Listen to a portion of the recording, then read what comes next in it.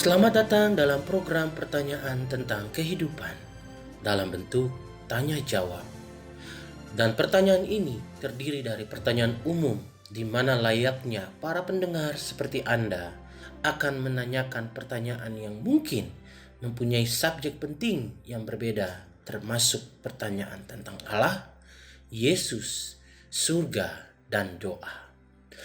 Tidak ada larangan dalam bertanya. Beberapa pertanyaan yang diajukan bersifat antagonis atau bahkan berlawanan.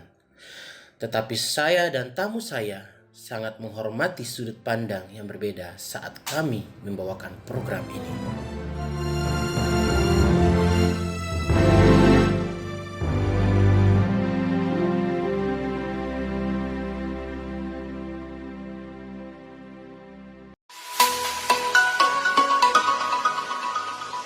Halo para pendengar, selamat bergabung dalam acara Questions About Life atau pertanyaan tentang kehidupan yang dibawakan oleh Christ to the World bersama Tirta Media. Perkenalkan, nama saya adalah Julie dan co-host saya adalah Ibu Rebecca. Halo Ibu Julie Ya. dan hello pendengar.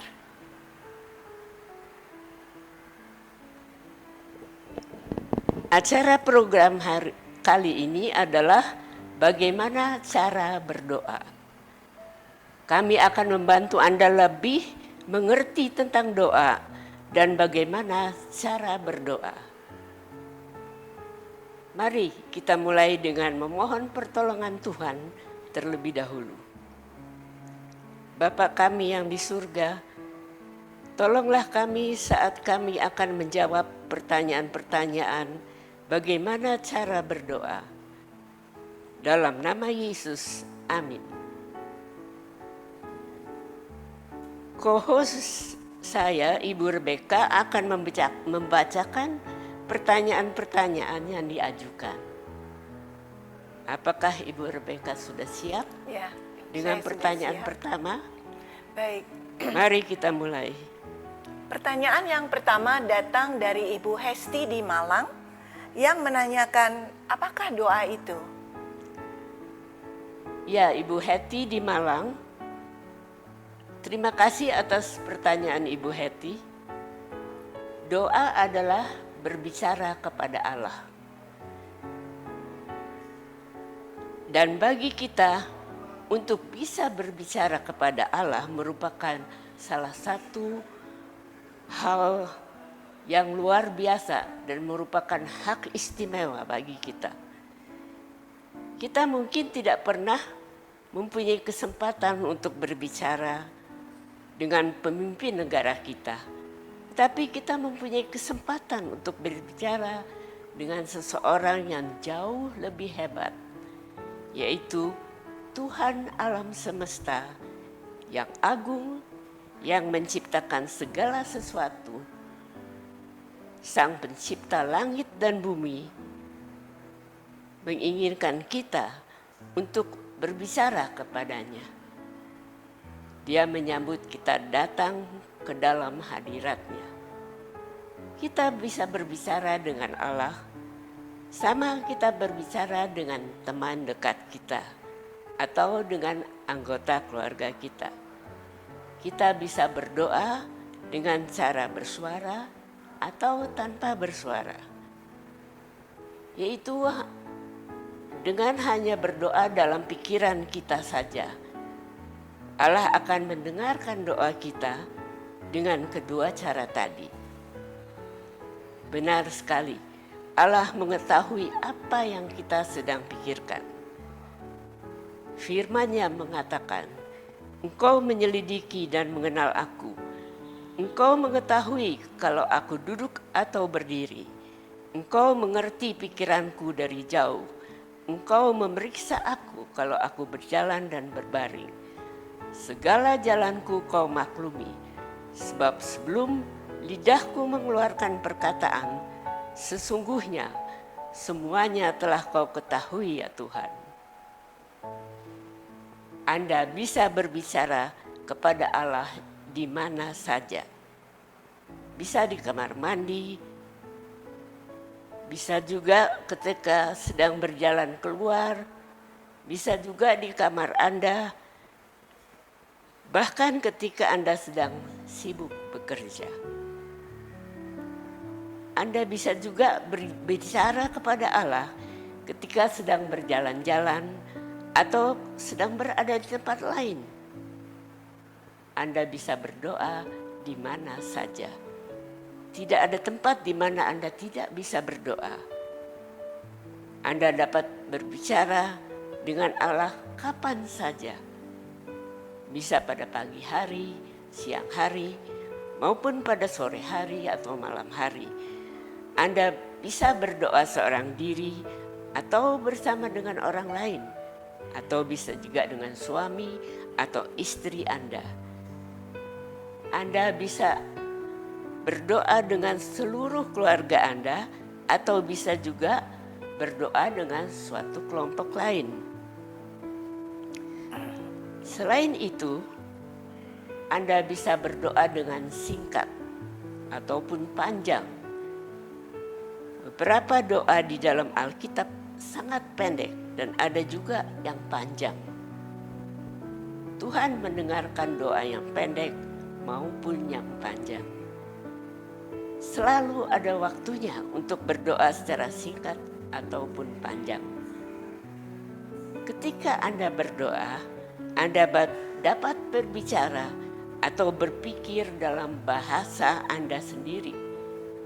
Anda tidak perlu berdoa dengan menggunakan kata-kata khusus atau berdoa dengan cara-cara tertentu. Dengan kata lain, Anda bisa menjadi diri Anda sendiri ketika berdoa. Tuhan mengerti Anda. Terima kasih Ibu Juli. Pertanyaan lain datang dari Pak Heri di Jakarta. Dan dia menanyakan, apakah Allah mendengarkan doa setiap orang? Seseorang berkata kepada saya bahwa Allah hanya mendengarkan doa orang-orang tertentu saja. Terima kasih Pak Heri untuk pertanyaan yang diajukan. Setiap orang dimanapun di dunia ini bisa berdoa kepada Allah dan Allah akan mendengarkan doanya. Perhatikan, saya mengatakan bahwa setiap orang dimanapun di dunia ini dapat berdoa kepada Allah. Tetapi Allah tidak mendengarkan dan menghormati beberapa doa karena mereka tidak berdoa kepadanya.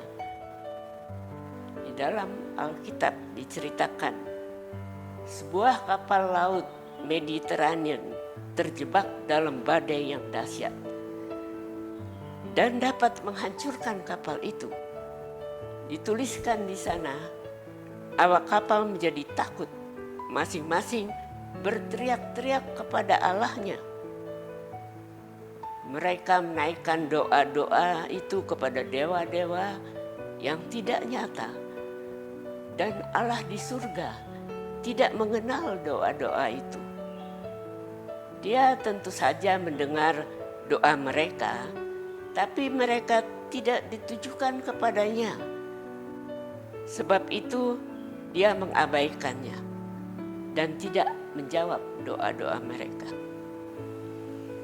Untuk menolong lebih memahami tentang dia di dalam Alkitab, ada banyak nama yang dipakai untuk Allah.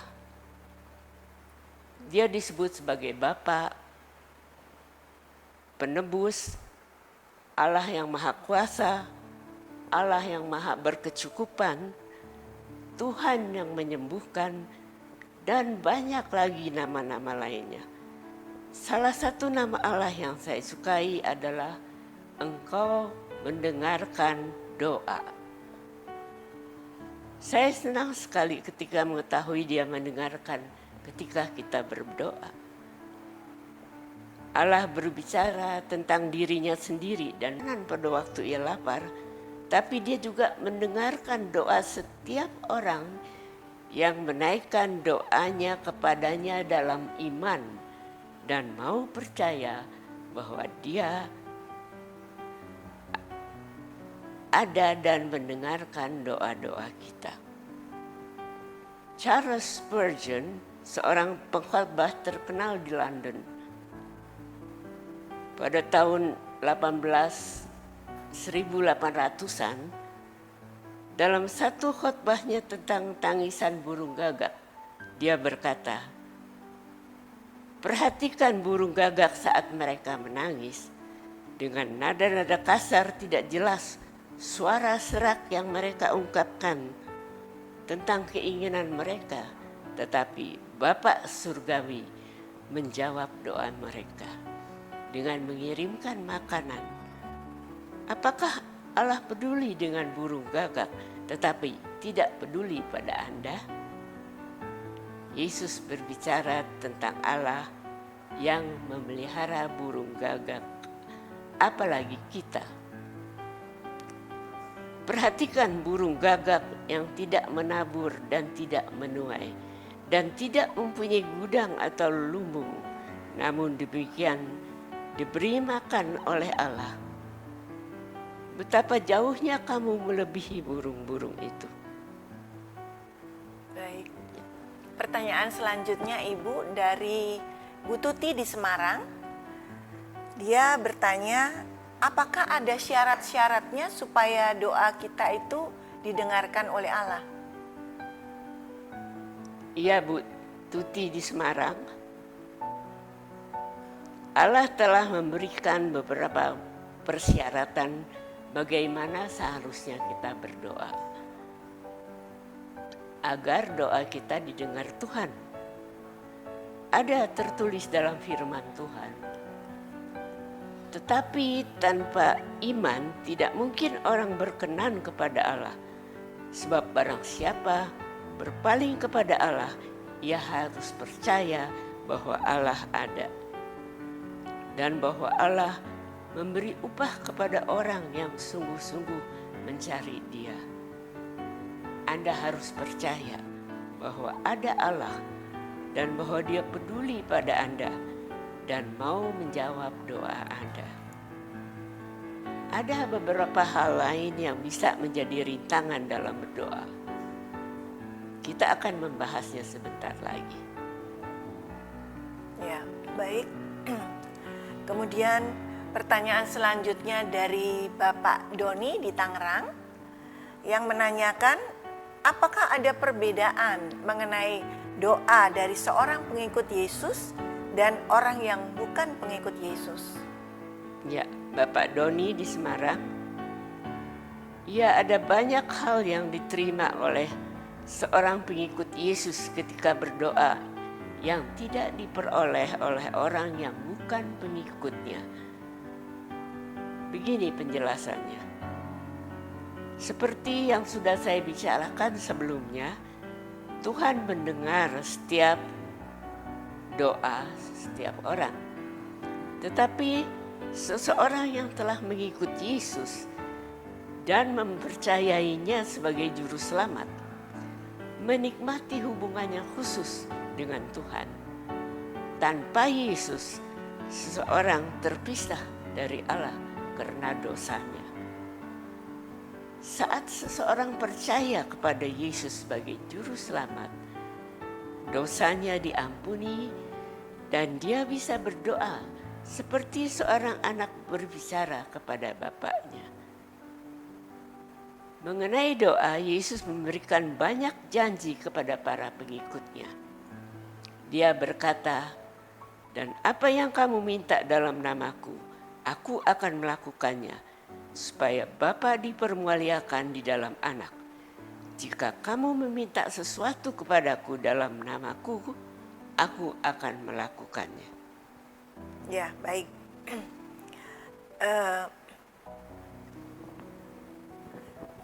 Ibu Ari dari Magelang menanyakan, bagaimana Bu saya bisa menjadi pengikut Yesus?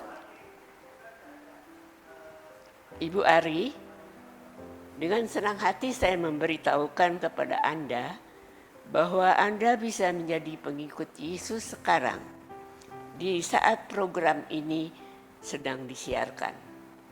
Tetapi izinkan saya merangkum beberapa kebenaran dari firman Tuhan yang akan menjelaskan kepada Anda bagaimana bisa menjadi pengikut Yesus.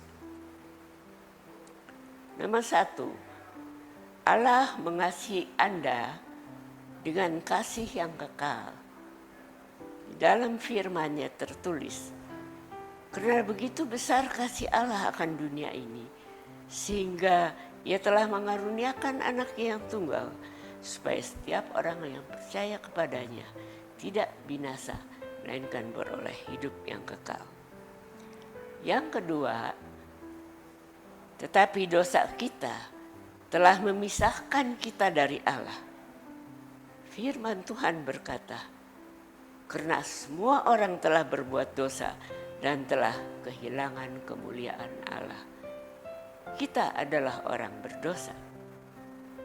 Yang ketiga, tetapi Allah masih mengasihi kita. Dia telah membuka jalan agar dosa-dosa kita dapat diampuni. Jalan itu adalah melalui Yesus Kristus.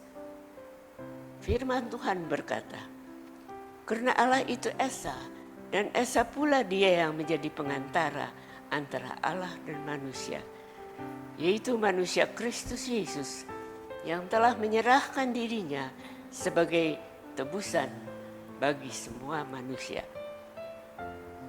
Nomor 4, Yesus mati di kayu salib untuk dosa-dosa kita. Dia mati menggantikan kita. Dia bangkit dari kematian dan hidup selama-lamanya. Pengampunan dosa dan hidup yang kekal merupakan pemberian Allah secara cuma-cuma.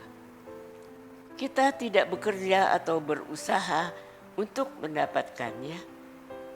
Kita menerimanya sebagai hadiah. Nomor 5, untuk menerima pengampunan dan kehidupan yang kekal, kita harus berbalik dari dosa-dosa kita, menaruh iman dan kepercayaan kepada Yesus, dan menerima Dia dalam hidup kita sebagai Juru Selamat dan Tuhan kita. Kita harus melakukannya dengan berdoa, berbicara kepadanya. Firman Tuhan mengatakan, barang siapa yang berseru kepada nama Tuhan akan diselamatkan. Saya akan memanjatkan doa kepada Allah. Dengarkan baik-baik doa saya. Ketika saya selesai berdoa, saya akan mengajak Anda berdoa bersama saya setiap kali satu kalimat. Ya Tuhan, sekarang saya berbalik dari dosa saya. Saya menaruh iman dan kepercayaan saya pada Yesus saja untuk menjadi juru selamat saya dan untuk mengampuni saya. Mulai hari ini dan seterusnya, saya akan mengikut Yesus. Terima kasih Tuhan Yesus karena mengasihi saya dan datang ke dalam hidup saya. Amin. Sekarang ikutilah saya berdoa seperti doa tadi. Kita akan berdoa setiap kali satu kalimat. Saya akan berhenti untuk membiarkan Anda mengulangi satu kalimat setelah saya. Jadikan itu doa Anda kepada Tuhan. Berdoalah dengan sepenuh hati dan bersuara. Ya Tuhan, sekarang saya berbalik dari dosa-dosa saya.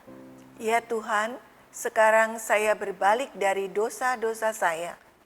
Saya menaruh iman dan kepercayaan saya kepada Yesus saja untuk menjadi juru selamat saya dan untuk mengampuni saya. Saya menaruh iman dan kepercayaan saya kepada Yesus saja untuk menjadi juru selamat saya dan untuk mengampuni saya. Mulai hari ini dan seterusnya, saya akan mengikut Yesus. Mulai hari ini dan seterusnya, saya akan mengikut Yesus. Terima kasih Tuhan Yesus karena mengasihi saya dan datang ke dalam hidup saya. Amin. Terima kasih Tuhan Yesus karena mengasihi saya dan datang ke dalam hidup saya. Amin.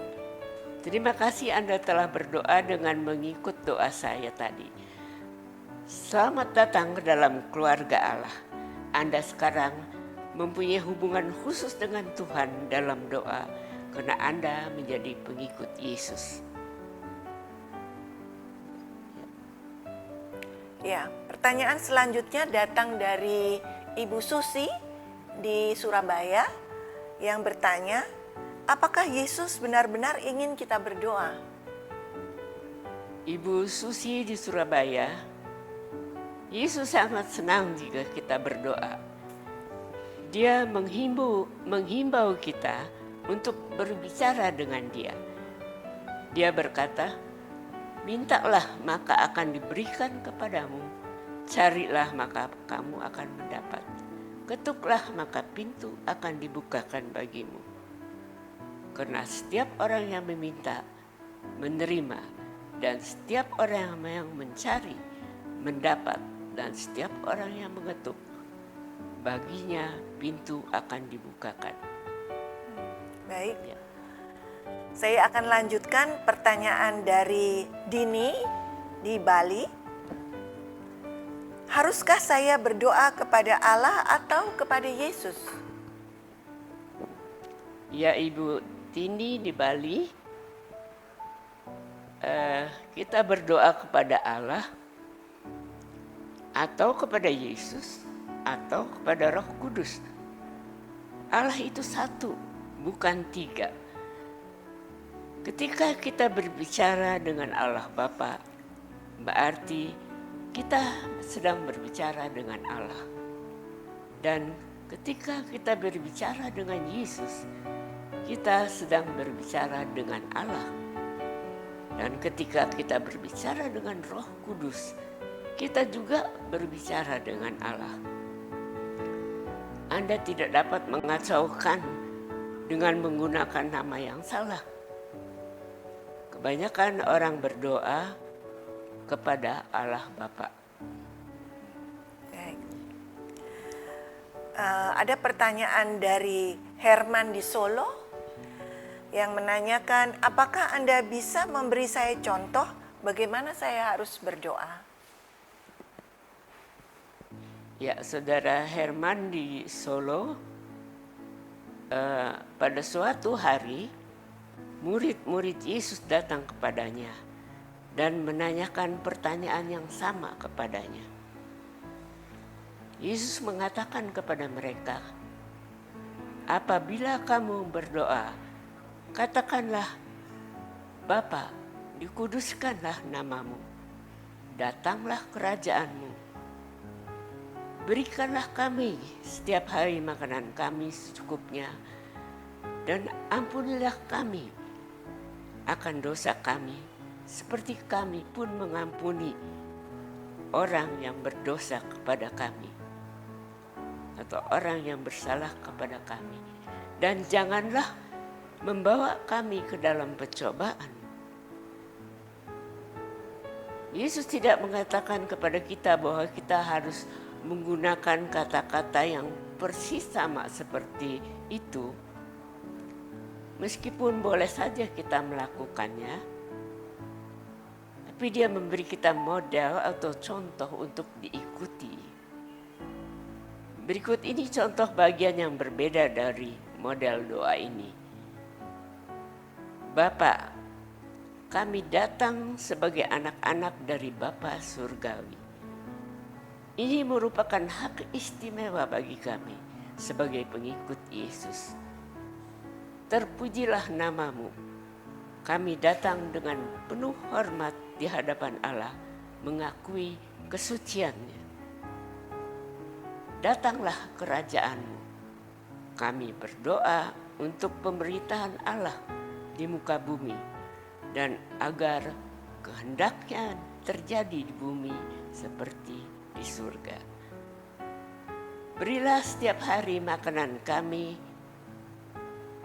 Ini tidak hanya meminta makanan saja, tetapi juga kebutuhan kita setiap hari. Ampunilah dosa kami, karena kami juga mengampuni setiap orang yang bersalah kepada kami. Kami meminta dibersihkan atau disucikan dari dosa kami setiap hari. Perhatikan bahwa kita diharapkan untuk mengampuni mereka yang berdosa terhadap kita. Dan janganlah membawa kami ke dalam pencobaan. Kami meminta Tuhan untuk membimbing langkah kami dan melindungi kami dari perbuatan yang jahat. Baik. Selanjutnya Ibu ada pertanyaan dari Bapak Agus di Cilacap. Dia tidak yakin setuju dengan bagian dari doa tentang mengampuni orang-orang yang menjadi musuh kita dan menyakiti kita. Mengapa saya harus mengampuni orang yang telah menyakiti saya? Ya, Bapak Agus, Yesus berkata, karena jikalau kamu mengampuni kesalahan orang, Bapakmu yang di surga akan mengampuni kamu juga. Tetapi jikalau kamu tidak mengampuni orang, Bapakmu juga tidak akan mengampuni kesalahanmu. Jika kita memang pengikut Yesus, kita harus melakukan yang terbaik untuk hidup seperti Dia. Ketika Yesus sedang sekarat, Dia mendoakan tentang tentara Romawi yang merebutkan jubahnya dan memakukan Dia di kayu salib. Ketika kita melepas pengampunan, beban hidup kita itu juga terlepas. Ketika saya mengampuni seseorang yang telah melukai hati saya tidak lagi harus memikul beban sakit hati dan dendam. Ya. Ibu Herlina di Jakarta Barat mengatakan, jika Tuhan itu mengetahui apa yang kita butuhkan, mengapa kita harus repot-repot bertanya kepadanya? Ya, Ibu Herlina, Tuhan pasti tahu apa yang kita butuhkan. Tetapi kita diperintahkan untuk berdoa. Karena bila kita datang kepada Tuhan dengan segala kebutuhan kita, itu menandakan bahwa kita membutuhkan Dia. Dia menunjukkan bahwa kita ini lemah dan bergantung kepadanya. Melalui doa kita mengakui bahwa Allah adalah Bapa Surgawi yang memperlengkapi kita.